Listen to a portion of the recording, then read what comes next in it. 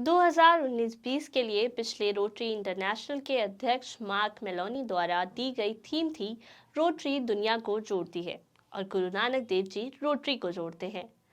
आज हम आपको बताएंगे रोटरी की मानवीय परियोजनाओं की सूची जो दिखाती है कि कैसे गुरु नानक जी के संदेशों को अमल में लाया जा रहा है। नमस्कार, मेरा नाम है काशिफा विशाल और आप देख रहे हैं न्यूज़ीफाई। गुरु नानक जी का जन्म 1469 में हुआ था। उनका जन्मदिन नवंबर में पूर्णिमा के दिन मनाया जाता है। उन्होंने जन्म से अपनी यात्रा के 553 साल पूरे कर लिए हैं। भले ही उनका स्थूल शरीर हमारे बीच नहीं है, फिर भी वे लोगों के दिलों में जीवित रहते हैं। रोटरी और रोटरी के माध्यम से उनकी विरासत को आगे बढ़ाया जा रहा है।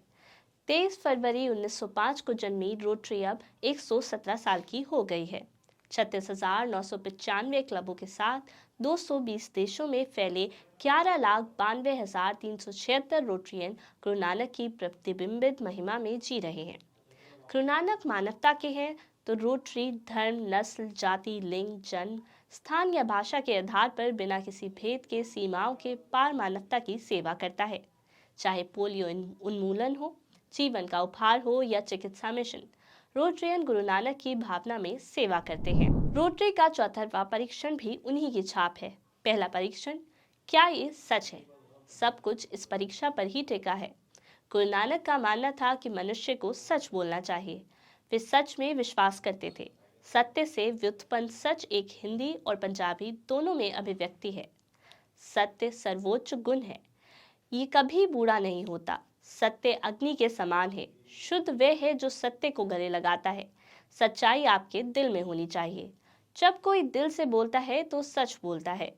गुरु नानक का मानना था कि न्याय एक मानव अधिकार है।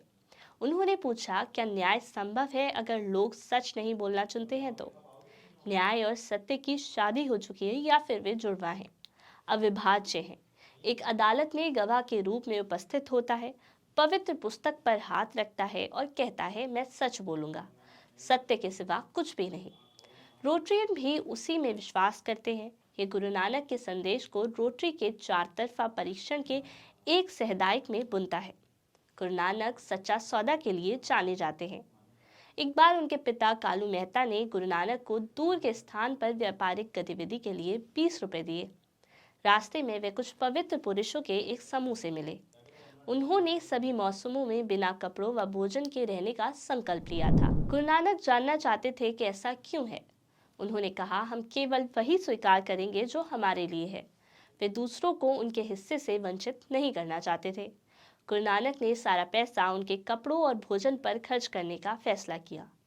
क्या ये जरूरतमंदों के सर्वोत्तम लाभ के लिए नहीं था?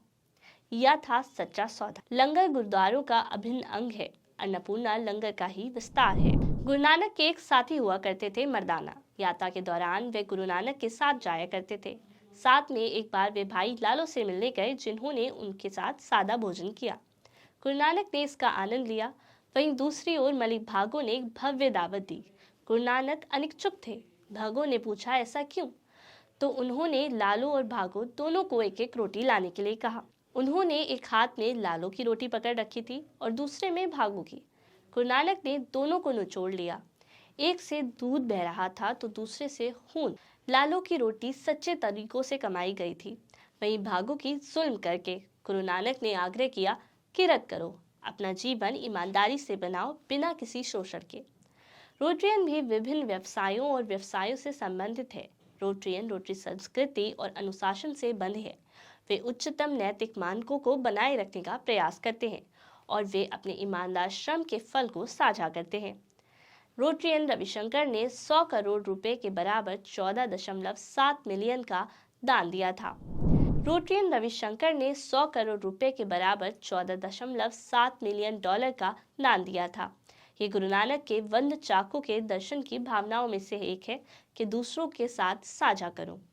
रोटरी पिन इस बात का प्रतीक है कि आप एक नेक इंसान हैं और सभी मनुष्य अच्छाई का भंडार है। तो कैसी लगी आपको हमारी आज की ये गुरु नानक से जुड़ी हुई कहानी? कमेंट बॉक्स में कमेंट करके ज़रूर बताएं और हमारे चैनल को सब्सक्राइब करना ना भूलें। अगर आप ये वीडियो हमारे फेसबुक पेज पर देख रहे हैं तो इसको लाइक और शेयर करते चलें। आज के लिए इतना ही। कल फिर मिलते हैं किसी और नई कहानी के साथ। तब तक के लिए नमस्कार।